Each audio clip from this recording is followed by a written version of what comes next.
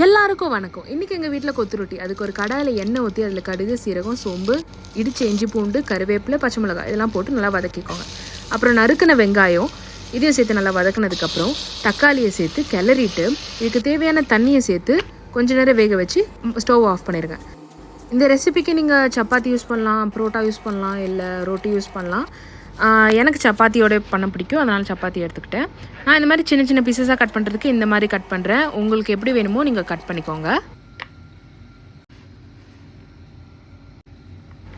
இப்போ நம்ம stove on பண்ணிவிட்டு நம்ம கடாயில் மஞ்சத்தூள், குழம்பு மிளகாத்தூள், கரம் மசாலா ஒரு பிஞ்ச் இதெல்லாம் போட்டு தண்ணி சேர்த்து நல்லா வதக்கிக்கோங்க.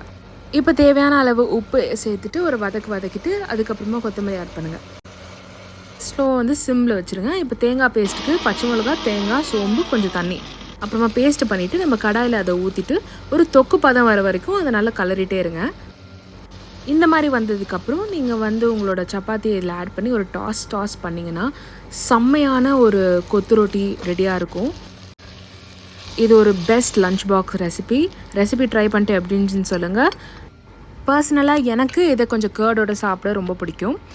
இன்க்ரீடியன்ஸ்க்கு டிஸ்கிரிப்ஷன் பாக்ஸ் செக் பண்ணுங்கள், லைக் பண்ணுங்கள், சப்போர்ட் பண்ணுங்கள், ஷேர் பண்ணுங்கள், சப்ஸ்கிரைப் பண்ணுங்கள்.